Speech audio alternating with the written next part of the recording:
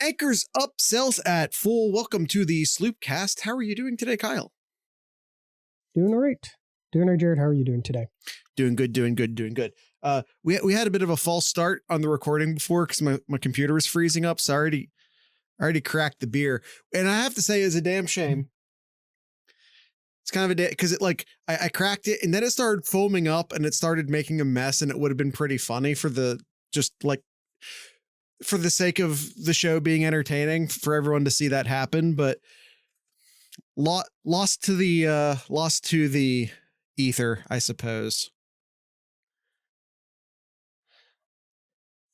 Lost to the ether. All right. Kyle, it's a big episode. The first ever legitimate playoff is about to begin. For the first time ever, a legitimate playoff in college football. Not a 4-team, you start right at the conference championship, or, what you would call in the NFL, the conference championship games. None of that. An actual 12-team big boy playoff after 100+ years of college football. We finally have it. And it's still not correct. The seating's a mess. Yes, the seating is a mess. But here we are. Ohio State, Tennessee, in Columbus at the Horseshoe. A night game, not a noon game, a night game in Columbus. Scarlet out the shoe. Yeah. Kyle, I notice you're not wearing a scarlet shirt. Doesn't get much bigger than this. Honestly, you have a big time program, Tennessee, historically coming in on Ohio State here, Big Ten, SEC matchup, playoff. When you move on, lose, your season's done. Yeah, it's go time. It's shut up and play. Yep. It's put your cards on the table. Yep. And let's ride. And the winner gets to play Oregon next week. That's future. That's a future problem. It is in fact. Well, we don't know for who. It's a future problem. Yeah. For who though? Right. Zach, we're in front of company. Behave yourself. Yeah. Tennessee, you want to get to know our enemy? Yeah, let's do it. Tennessee, really, really good offense here. Top 20 in points per game, yards per game. But honestly, it's their defense that's really stood out. Early on, a lot of people are looking at Nico as the quarterback who's just going to. Come on, Kyle. We're practicing lights out. Play lights out here. Nico who, Kyle? And really, really put this offense really out there. But honestly, it's the defense that's really kept them in these games here. Fourth in points per game, 6th yards per game, 4th in yards per play, number 6 in total yards rushing yards per play, and 15th in yards per pass. This is a legit tough defense. And this coming off of Ohio State playing a tough defense in Michigan. Yeah. Their last time that they were on the field too. So the big question that's in all Buckeye fans' minds now, what is Ohio State going to do differently? What are they going to do differently than what we saw a few weeks ago? Throw the ball. Maybe not run straight into the strength of the opponent's defense. And for the record, the strength of Tennessee's defense is their defensive line. Much like Michigan. Being led by James Pierce Jr., who is great. Like, he's just straight up very, very, very, very good. He's a great football player. Yeah. But, it doesn't stop there by any means. You have Aaron Carter at linebacker, Will Brooks at safety, cornerback, Jermon McCoy. I sort of singled out, I will single out those four as like the guys on the defense, but all 11 guys, all 12, 13, 14 guys, depending upon their formation and rotation and yada, yada, yada. Just there's not a weak spot in the defense. Their second safety, a name Ohio State fans, or at least Ohio State fans that pay attention to recruiting, will remember Andre Turrentine, who did commit to Ohio State and was on the roster for, I think, a year before portaling to Tennessee. It's been several years ago at this point, so you may or may not remember him. But like, you have Omar Norman Lott, Amari Thomas, Brian Eason on the interior of that defensive line. It's just a solid overall defense. As Kyle pointed out, in the major defensive categories, or at least what I consider to be the major defensive categories, top 10 in all of them, except for yards per pass, they're still 15th, which is still really damn good in yards per pass. Offensive side of the ball, which seems to get a lot more, at least nationally, attention.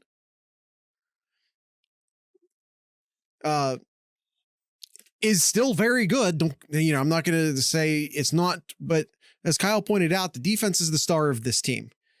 Offense is led by Kyle. I'm actually going to do it. I'm not just going to call him Nico like you. Nico Iamaleava.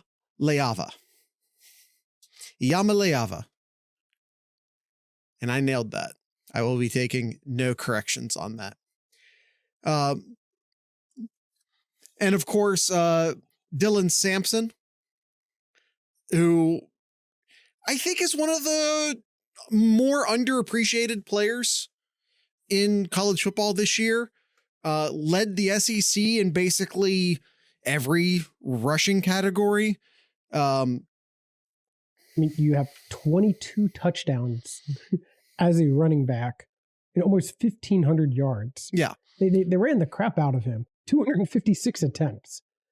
Now, how many times? Is he going to be healthy? Well, not healthy, but is he with that many rushing attempts? Sure.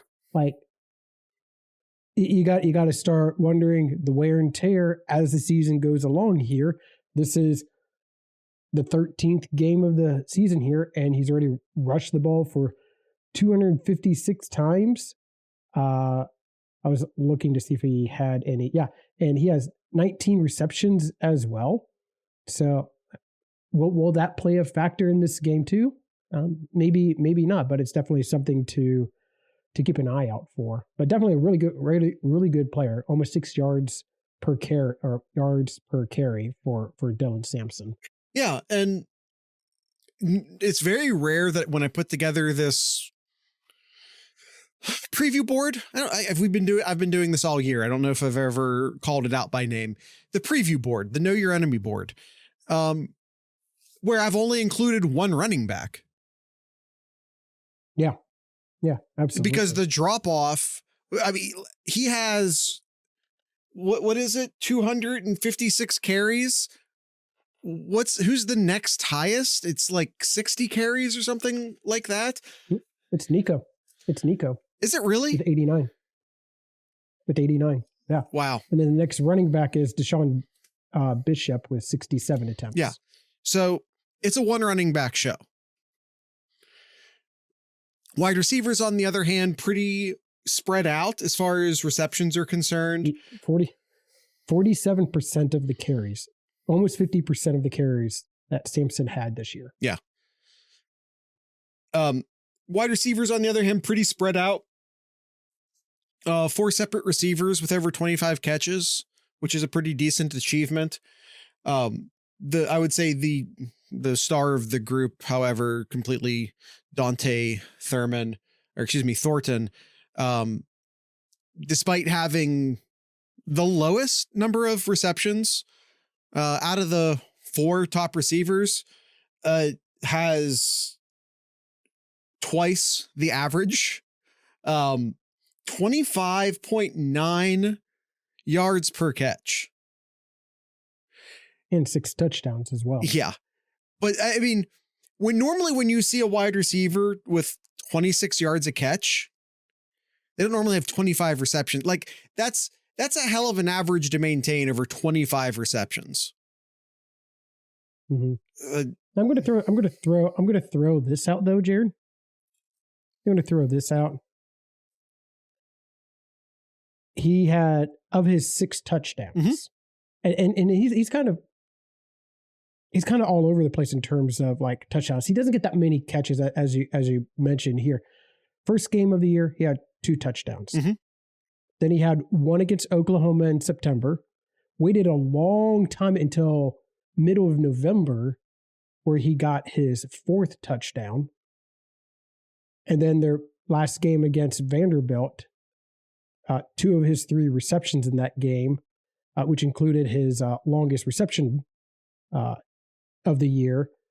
2 of those touchdowns came in that game too. So kind of all over the place in terms of where he's getting the touchdowns, but he's a big play. Scored 2 touchdowns in his last game though. So look at recent bias here. He may be bound to score here, but all over the place in terms of when he scored as a touchdown. Sure. I mean, he's a big play guy. Consistency just isn't always going to be there. Sure. Both of these teams, and I forgot, I had a bunch of tabs open with a bunch of stats on them, and then I had issues at the beginning, so I lost a bunch of my stats, unfortunately. But both of these teams have been in Jared production value. Hey man, at least I turned off the recording after the first minute of the first time we tried, because it was going to be a disaster. I lost all of my tabs because I had to reboot. But both of these teams have been incredibly good this year at limiting big plays. So, when it comes to Thornton, Ohio State, like I said, has a really good track record this year of not allowing a bunch of really long plays.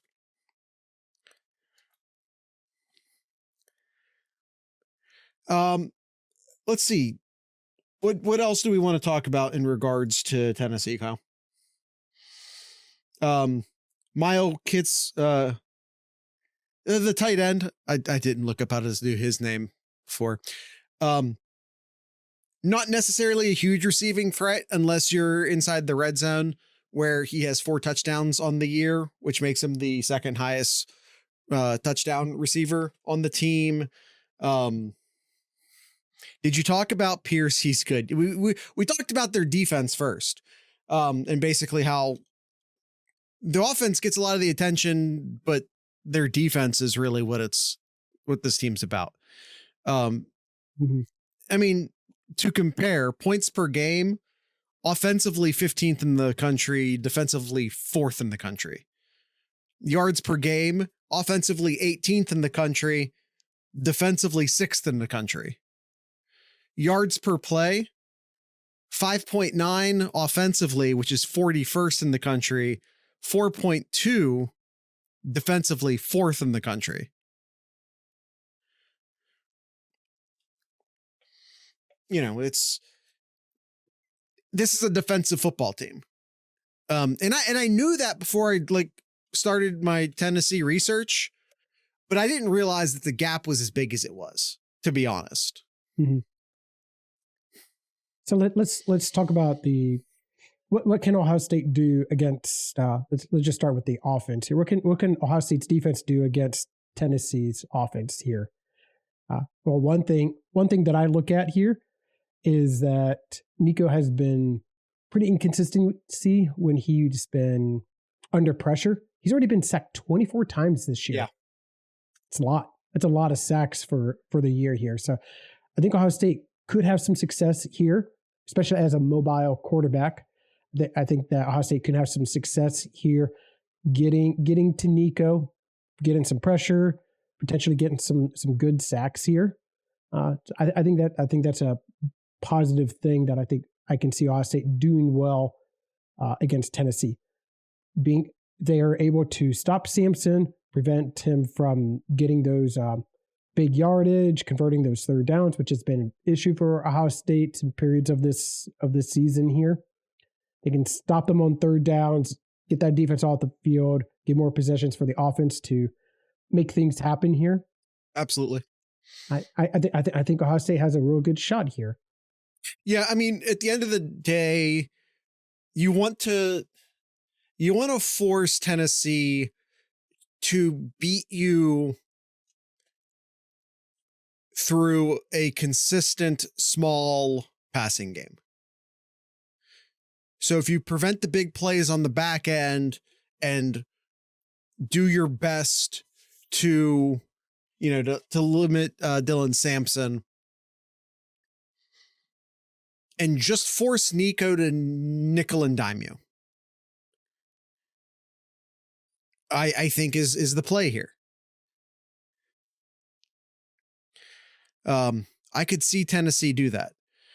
I mean, if you're selling out on, preventing Thornton from beating you deep, and then you're also selling out trying to stop the run, that's going to leave a gap in the middle.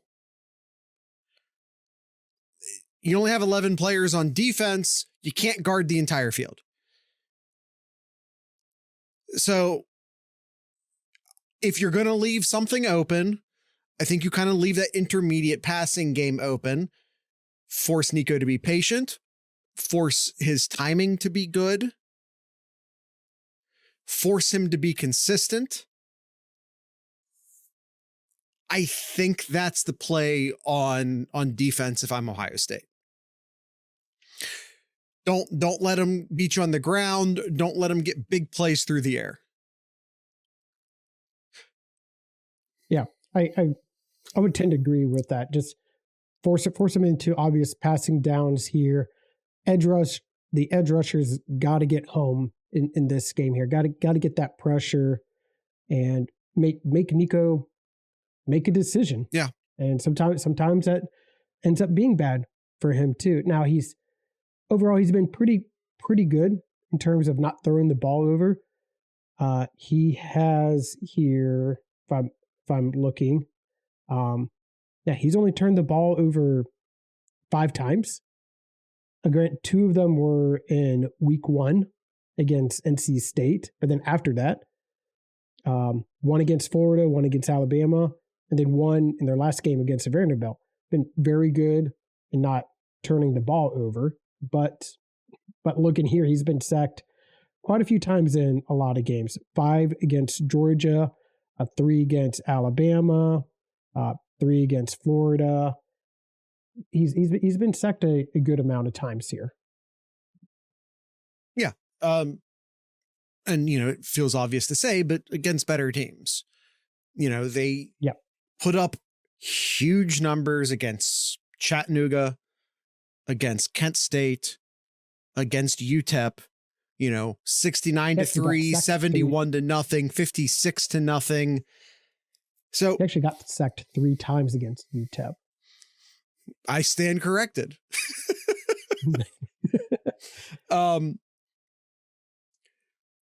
Offensively speaking, they have struggled against better football teams. 17 points against Georgia. 28 against Kentucky, 24 against Alabama, 23 against Florida, 14 against Arkansas, 25 Oklahoma. So even when we look at those offensive numbers, which don't quite compare to those defensive numbers, when you stop to consider that a lot of those offensive numbers, even then, have been bolstered by absolutely destroying Chattanooga, Kent State, UTEP, NC State as well. That even their offensive numbers feel a little inflated when you start to look at where those statistics occurred. True. I see Z Spikes mentioned here, make them kick field goals. Well, it's actually interesting you brought that up. Red zone. They score 81% of the time when they get into red zone. Only 61% of the time when they get into the red zone do they score a touchdown. So I think that's an opportunity if you're Ohio State and you maybe try to do a bend don't break. Sure. And force them to kick field goals to get into the red zone. Play a little bit tighter. Those windows get a little bit smaller there. Make them kick those field goals. Force them to try to finish those drives as well. And that's what's I kind of disagree with Jared a little bit here. I know Jared said force Nico to throw in that intermediate. Honestly, force him to throw a long ball.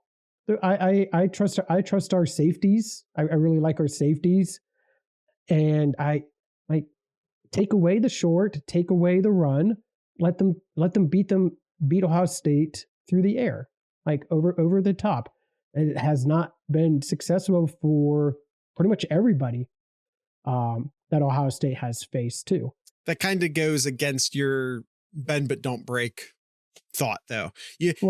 What you're describing is a rigid defense, which is don't bend, risk breaking. What I was trying to get at is that Tennessee had throughout the year here, looking at the stats here, have struggled in the red zone. So if you do a bend but don't break, that could bode well with the defense. But if I was Ohio State's defense, I would take away the medium and the run game as well. The medium passing range and stopping the run as well. Yes, and Igbinosun just needs to get that one pass interference out. Yeah. Just get it at the start of the game. Get it out of the system out at the start of the game, sure, and we'll be fine. Iggy's going to get a pass interference and it'll be okay. Because for every pass interference he gets called for, he does 10 that he doesn't. And that is good math, in my opinion. Yes. All right. We're gonna take our first ad break real quick. We'll talk more about the defensive side here for Tennessee and what Ohio State can do offensively against us here. So thesloopcast.com is your go-to link here for everything Sloopcast related. Patreon.thesloopcast.com, where you can help Jared and I financially if you want to become a patron or just donate money. Patreon.thesloopcast.com is where you can do that. Discord is our private server where you can chat with all these hooligans down in the chat here and others that want to just talk about Ohio State football and others.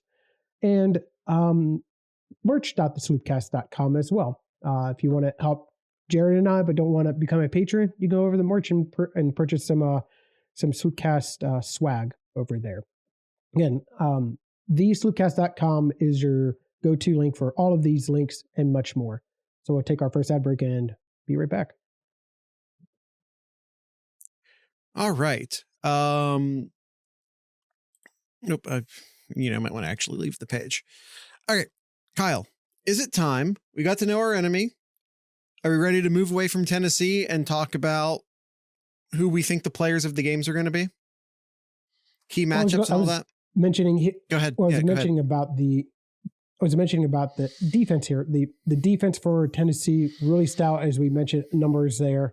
A lot of great players. And then Jared mentioned about James Pierce Jr. as a stud edge. Can't leave out Joshua Josephs as well too.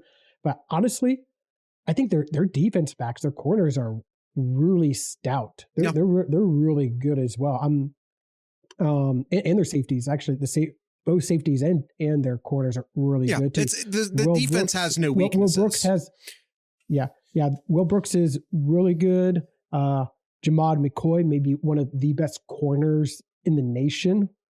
Boo Carter, Andre Tarantine, which anybody listen to the podcast would recognize that name as well too.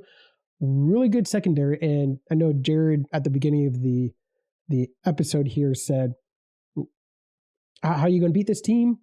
And or what does Ohio State need to do differently than what they did against Michigan? And Jared said pass. Might be a little difficult here with this group of secondary here. Well, the defensive line isn't going to make it easy to run. Mm-hmm. And the thing is, and I say this is a team that has no weaknesses, and I'll stand by that. They don't. But relatively speaking, their linebacker core is the weakest part of the defense. Corners are really good. Safeties are really good. Defensive line's tremendous. And their linebackers are good. Their linebackers are what they need to do. Right. The linebackers do what they need to do. They don't try to overdo it. They put themselves into bad positions. Defensive line doing what they need to get the pressure. They're getting the sacks, and the defensive backs are just blocking passes, intercepting balls. Just saying, doing what they need to do. If you need to target a specific group, it's the linebackers. It's the linebackers. It's the linebackers. Yes, because that is the weakest, not weak, weakest part of their defense. Mm-hmm. Yeah. Spikes, that's kind of what I was thinking. Or, just some slants and quick man beaters over the middle, whether it be the tight end or whoever else. Let's go ahead and do some predictions here then, Jared. All right. All right. Ohio State player to watch, Jared. Yeah, Ohio State player to watch. I'm taking a flyer on this one. You're taking a flyer. Okay. Yeah. I don't even necessarily know this player starting. This is rumor. But from my understanding, we might be seeing yet another offensive line arrangement this game. And I don't think that's a bad thing, especially if you watch the Michigan game. It's not a bad thing. I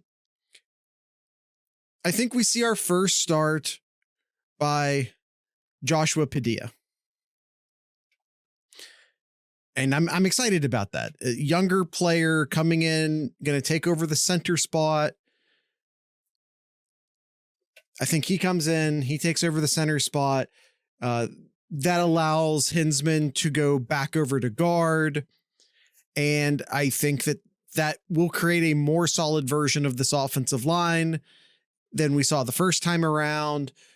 I think that also probably helps as far as, maybe Saraveld takes over the right guard spot again. And I think that's a pretty solid offensive line considering the pieces available. Mm-hmm. Yeah. The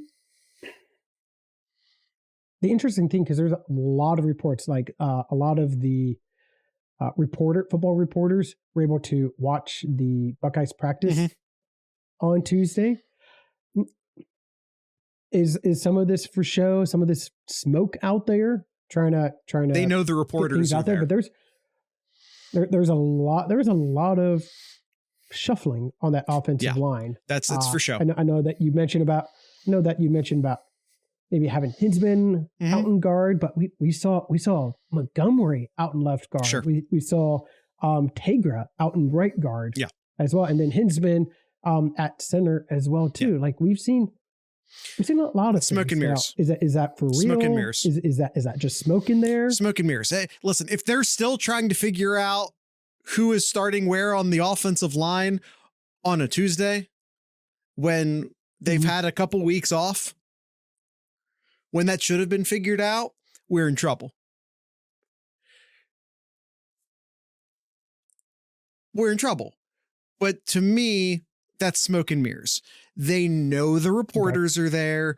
They know that the reporters are going to take note what offensive linemen are starting where, and they're putting on a show. We might actually be in trouble too, though. Well, listen, McLaughlin's knee isn't going to magically be fixed on Saturday. So McLaughlin's Achilles, Simmons' knee. Neither of them are playing on Saturday. So yeah, there's the offensive line. The offensive line isn't going to suddenly be great on Saturday. But I would really like to think that they know who the starting five are going to be and where they're going to be, and that this was all smoke and mirrors. Why let Tennessee know? Why let him know? Why tip your hat?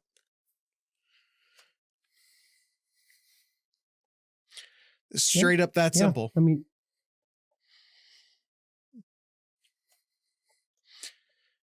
that's it. They know they're there. I can see either way. But would not surprise me if they do mix it up too. So nah.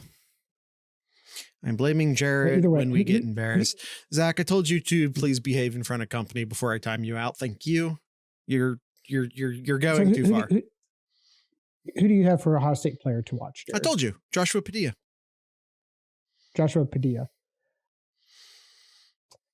Yeah, I'm kind of torn.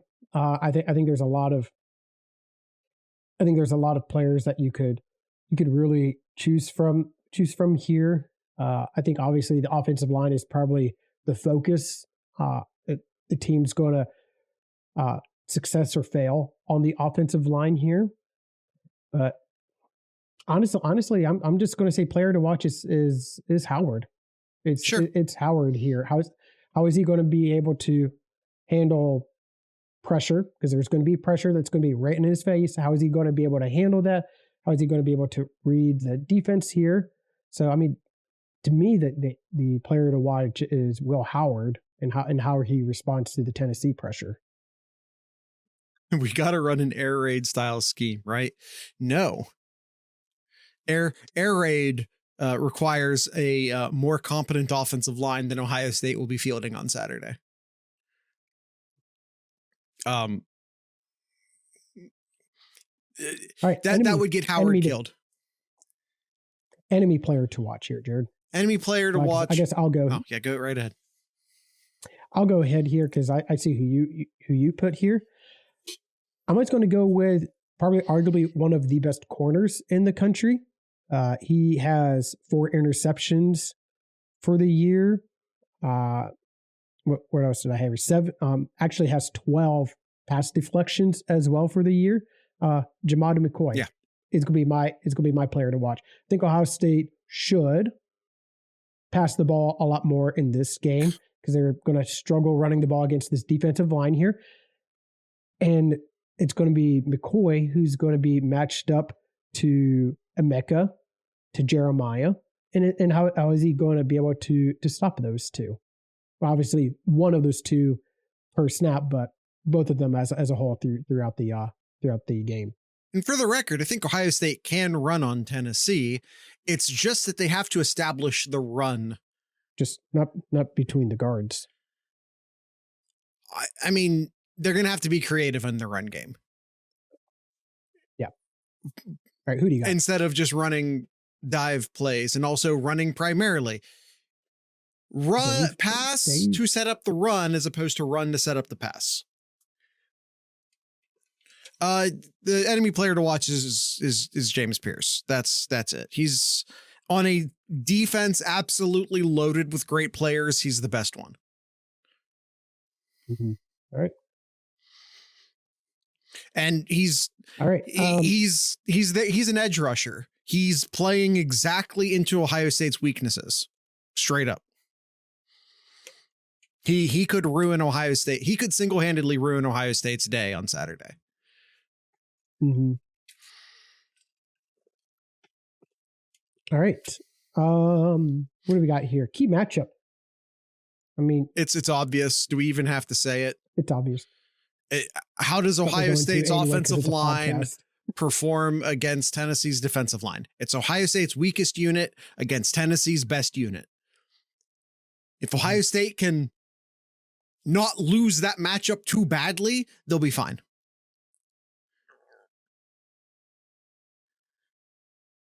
That's it. Austin says Ryan Day versus himself. Listen, Ryan Day is a great coach as long as he's not playing against Michigan. We have seen some against Penn State, against other teams this year. We've seen Day and Kelly put together some brilliant offensive play schemes and play calling, and they've been brilliant most of the year. Mm-hmm.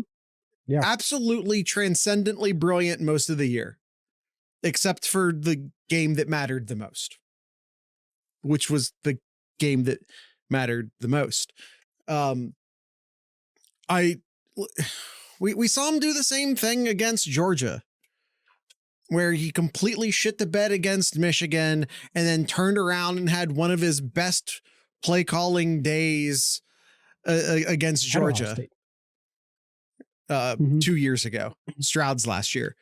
And honestly, against Oregon, he did pretty well too. Yeah, just defense. That was a defensive issue in that game. That was, and has been fixed for the most part. Or they haven't played Oregon again. One of the two. One of the two, yeah. Spread. Ohio State is a 7.5 point favorite in this matchup, which I think is fair. Honestly, I think it's fair. I'll just say it because I get tired of it, and it makes me really dislike Ohio State fans. These past few weeks has just been awful. If you're on social media a lot, you've just seen much negativity, so much hate for the team, the coaches. Like, there's so much hate out there, and I understand. I feel the frustration. I'm frustrated as well because it's been a long time. It's been a long time since Ohio State did beat the team up north there. But like, this is your team that you root for. You got to show some pride behind them. You got to have faith. You got to trust that. You got to trust the coaching staff here. And I got the Buckeyes to win here, 24-20, which is not a cover. But the more important thing here is a win in the playoffs, and then moving on to Oregon the following weekend. Ohio State fans choosing to be negative all over social media might be affecting recruiting. At least that's what the father of one of the best recruits in Ohio State's 2025 class said. So, yep. Listen, if you're having a private conversation, you're having a private conversation. But there are certain people who think that if they tweet enough, that will convince someone to fire the coach that they hate the most. And I got news for you. You aren't that influential. Your Twitter account isn't going to get the coach you dislike fired. You're only harming the team by being persistently negative in such a public space. Well, that's just your opinion. No, that's the opinion of the father of one of our highest rated 2025 recruits. Spike says, I feel like we tend to get pleasantly surprised when the O-line comes in with depressing expectations. I mean, I had incredibly low expectations for what Ohio State was going to look like against Penn State, especially because Penn State has an amazing defensive line, and Ohio State had just lost Josh Simmons, and I was pleasantly surprised by that performance, largely because the coaches put that offensive line in the best position to succeed. And then they took that game plan and they crumpled it up and they threw it away when they played Michigan. Yeah. I know the final score doesn't really show it, but remember, like, Ohio State had a few chances in the red zone to score more points. Didn't happen. That's football. I understand. But the play calling, and they helped out that offensive line with the struggles that they've had there. Like, let's be that creative again. Let's give the offensive line a chance to protect, to be able to block, to make some plays here. All right, I need to do my score prediction. Yep. My score prediction very similar to Kyle's. I just gave Tennessee 3 less points than Kyle. I have Ohio State winning 24-17, which is a 7-point victory and not a 7.5-point victory. So I am picking Tennessee to cover, but I have Ohio State winning the game, and quite frankly, that's all that matters. Absolutely. I got some other predictions. We got one here is a 27-13 win by Esquire. Spike says 31-24. Zach says 21-14. I think Austin gave one earlier. Maybe he didn't, or maybe I'm just not seeing it quickly. But yeah, it's not going to be an easy game. It'll come down. I don't think it's going to be a high scoring game. No, I think Kyle and I, what is the over under on this? I don't know if I ever looked that up. Can you look that up super quick? I will look that up real quick. And speaking of over unders, while Kyle is finding that, we're going 46.5. 46.5. You know, Kyle, I was trying to set you up. I was trying to do a transition. I was trying to subtly say, hey, Kyle, can you wait a second and take your time looking that up while I transition into the ad break? But you didn't know how to take a hint. I did it. Oh, that's the wrong screen. Hey, everyone, it's the ad break. thesloopcast.com, patreon.thesloopcast.com, discord.thesloopcast.com, youtube.thesloopcast.com, all that stuff. And if you want to find all the links, just go to thesloopcast.com. All right, Kyle, now it's time. All right, Kyle, now it's time for Austin's over-unders. And I'm sorry, what was the over? Austin. What was the actual total over-under again? 46.5 from one place I'm looking at. All right, so what? That's I think we're kind of really close to the 40. I mean, you literally did 44. That's like a gosh. Don't do the math. Don't do math while a camera's on you. Okay. That's bad. Don't try that. It is. All right, Austin's over. We both did pick the under for the record. Under. We did. 24-17 was Jared's pick, and I had 24-20. All right, Austin's over unders for Tennessee. Jeremiah catches Jared in this game at 6.5.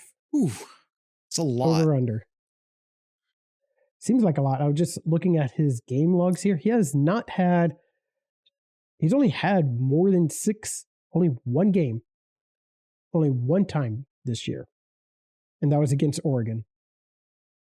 I feel like he's going to be more big play, while Emeka is probably going to be more reception numbers. So here, the thing is, they might just go, and this wouldn't be a bad idea. They might just go where Jermon McCoy isn't. So that might help determine where the ball goes.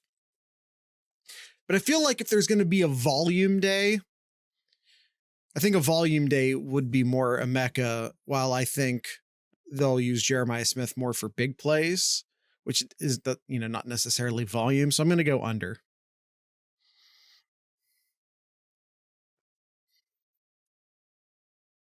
So was that an over or under? Under. 6.5 for Jeremiah. Under? Under. You know what, Jared? I'm being optimistic. I'm going to say over. Okay.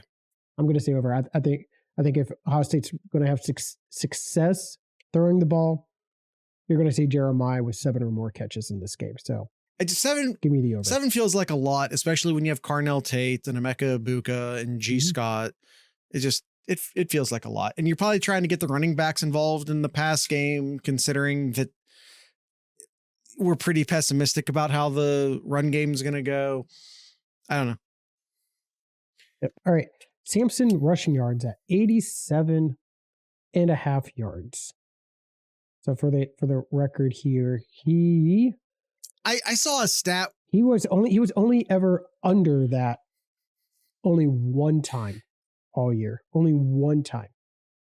And if it's under, Ohio State probably wins against UTEP. And he only had that under once, and it was 11 attempts for 77 yards. So of all the other times he's had more than 87.5 yards, I'm going to say over. I'll say over. They're gonna run the crap out of him. 25 times against Vanderbilt, 30 times against Mississippi State, 26 Alabama, 27 Kentucky, 27 Florida. They're going to run the crap out of him. So yeah, over. If it's over, Ohio State probably loses. I don't think so. I think if you want to determine if Ohio State wins or loses, depending upon Sampson's performance, I think it's more of an average. Because, okay, Kyle, they lost to Arkansas and Georgia. What were his numbers against Arkansas and Georgia? Sure. Arkansas, 22 attempts, 138 yards, over 6 yards a carry, 2 touchdowns. Georgia, 19 attempts, 101 yards, over 5 yards attempt and 1 touchdown. So to me, it's less about how many yards he gets and more like, hey, can you hold him to under 4 yards a carry? Which he's never done. Or excuse me, he's done once. It was once against Oklahoma. Yeah. All right. Sorry. So did you say over? Did you say over or under? No, I'm feeling optimistic on this one. I'm gonna say under. All right. I totally against all of the evidence and everything we just talked about. All right, Nico completion at 63.51%. He's at 65.7 on the year, and Ohio State's he's not gonna go over his percentage, so under. Against Georgia, 60%. Against Alabama, 51%. Arkansas, Florida, 61%. Against Arkansas, 58%. Yeah. You know what? I'm going to say under. Yeah. I'm going to say under. I'm optimistic about this. I'll say under. He can have inconsistent streaks, especially against teams that can pressure a quarterback. So yeah, I'll go under here. You have to remember, he's still a redshirt freshman, and he has a full season behind him. So maybe it's not fair to still call him a freshman, but he is still a redshirt freshman. Sure. Yes, we both went under, Austin. Yeah, we did go under. Yeah. All right. Downs and ransom impact plays at 2.5. Are we saying forced sack, forced fumble, interception, fumble recovery, interception, and touchdown? TFLs? And tackle for losses is a impact play as well. Yes. And deflections. Ooh. To get an actual deflection, statistically speaking, is actually pretty rare. Yeah. It is. I'm gonna go over. Yeah. I'm gonna be an optimistic Buckeye fan here. I'm gonna go over. Yeah, PBU. All right. Pierce and Norman Lott sacks at 1.5. Over. Yeah. I'm going to say over. I'm going to say over as well. How many times, Jared, has Will Howard been sacked this year? How many times would you think? It's been surprisingly little considering the offensive line struggles. See, here's the problem. I know. Here's the problem with how many? Just how many do you think? Under 1 per game, I would say 10. Right on the number. 10. Here's the problem, though. He had in big games, he had no sacks against Michigan. He was not sacked against Michigan. He was 1 sack against Indiana, 3 against Penn State, 1 against Oregon. Here's the problem, though. When he knows he doesn't have time, he reacts, or rather he chooses very quickly. So what we have seen Howard do especially since Simmons left, is make some bad pre-game or pre-play reads and throw interceptions. Because he is trying to get the ball away in like under 2 seconds. So he's very good at not getting sacked, but that has led to some bad interceptions as a result. It has. Sure. But he's very good at not getting sacked. I will give him that. Yeah. All right. So we picked over on that one. Trey and Judd carries at 22.5.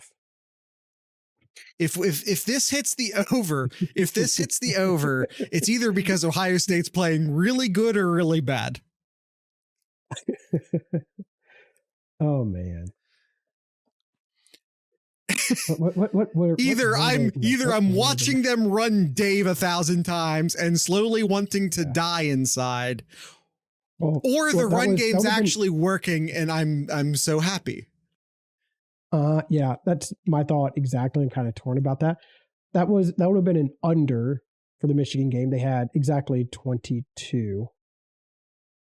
It would have been over against Indiana. They had 23 in that game. 24 combined against Penn State. And 21 against Oregon here.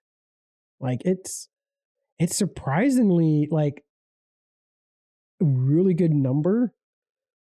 This is going to be like a it's man, that's tough. Like I want to say under. I really do want to say under because I think they'll get the ball.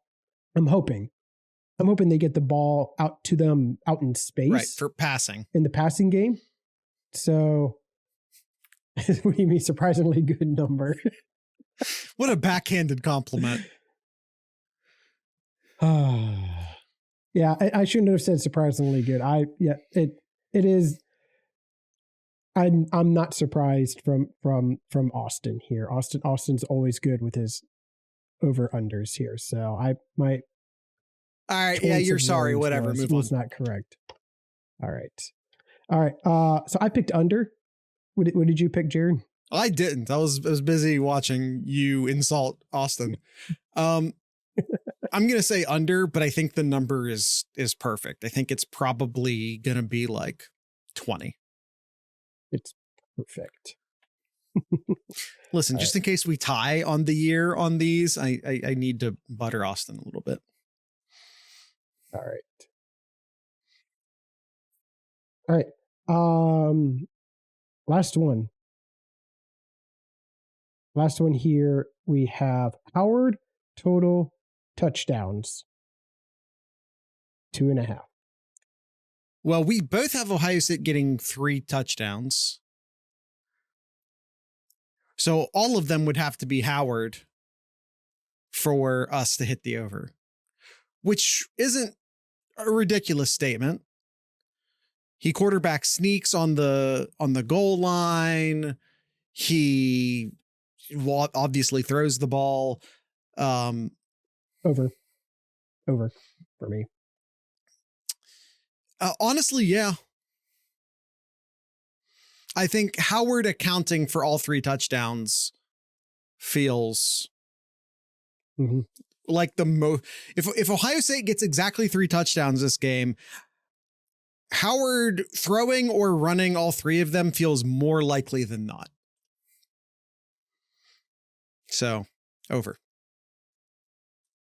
All right, we both picked over on that one. All right. All right. Do we have anything else we want to cover before we wrap this one up? I mean, there was a lot of Ohio State news I mean, with when it comes to the transfer portal and all that too. But I'd rather save that for a different episode, just because it's still in full swing right now. Can you talk about the fact that this is going to be a 50-50 fan split? I think that's totally overblown. I think that storyline totally overblown. is totally overblown. I am glad you brought that up, Austin. I'm glad you brought that up. If you were looking at hotels in Columbus, you would expect hotels, if it really is 50-50, all right, we are 55 minutes into it. There is a shit ton of available hotels in Columbus right now. And if I'm looking at it right now, I'm doing a search for hotels right now. The prices here, it says, oh, this is 34% less than usual. Another one is, this is 29% less than usual. Not FCC, so TOS. Yeah, no, could be that they all roll in Thursday and Friday. They would need a hotel room. No, because I'm doing check in on Friday, check out on Sunday. Yeah. Availability. So that would cover the weekend here. That would cover the whole weekend. And the prices, you can get good hotels for like $200 or less. So, Tennessee fans, notorious hobos. Notorious hobos in the South. They ain't ready to hobo north of the Mason-Dixon. I tell you that much. Riding rails into town. We don't have trains in this city. Yeah. Either there's not going to be many Tennessee fans in attendance, or they are driving their houses here. Okay, that's actually a decent possibility. Is there or floating their houses here? Tennessee is a notorious houseboat state. Did I just make that up? Yes, I did.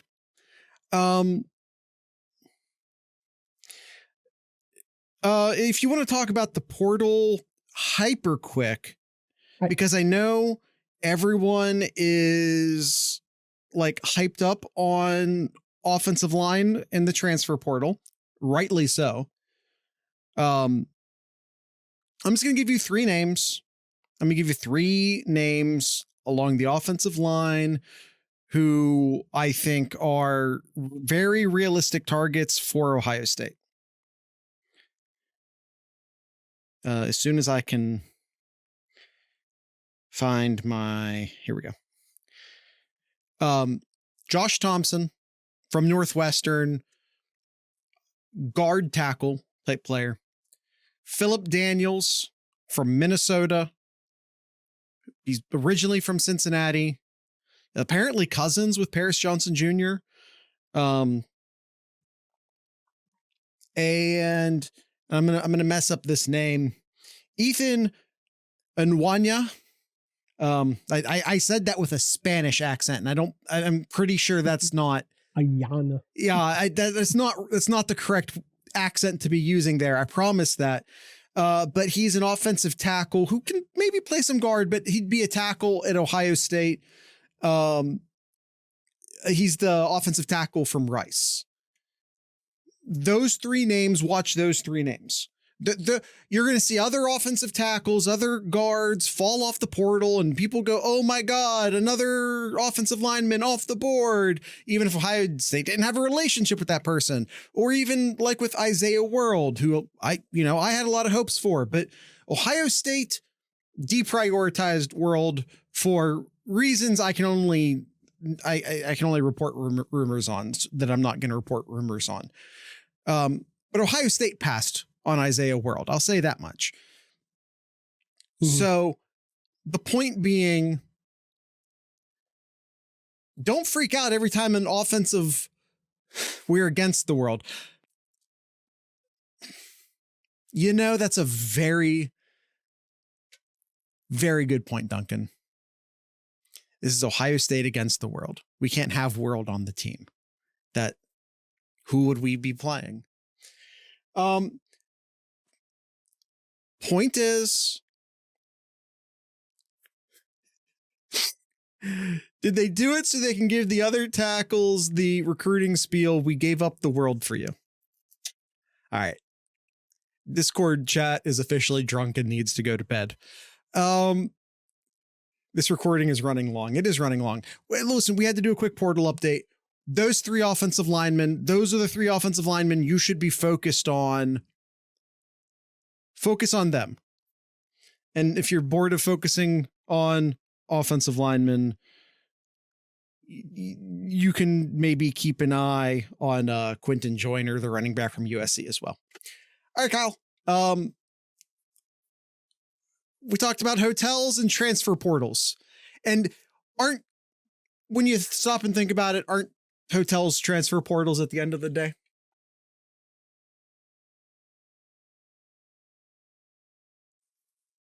No, okay. Listen. Nope. Okay. That didn't. Nope. It didn't go over well. Yeah. No. Both you know what, Kyle? Let's end on a low note. Are you done with Kyle's corner? Not Ohio State related at all, but a fan favorite for a few years here. Talking about a former Hoosier getting to start for their NFL team. Oh yeah, I'm talking about the one and the only Michael Penix. A favorite. I had to put that in there just because he's a fan favorite. He's a fan favorite in our Discord here for reasons. All right. Big Penix energy. Yes. All right. That's it. That's the end of the show. I'm ending it right there. We're ending it on a Penix joke. Yes, we are. And by the way, the real transfer portals are the hospital. So with all that being said, I'd like to encourage everyone to drink local beer, listen to local music, and of course, support your local podcasters. Actually, I forgot to introduce the band. We're running long. I panicked. That's my fault. I buckled under pressure. Tonight's ending music by a Columbus band called Girl Fox. The name of the song is Straight Jacket. So with all that being said, I'd like to encourage everyone to drink local beer, listen to local music, and of course, support your local podcasters. Once again, this is Girl Fox.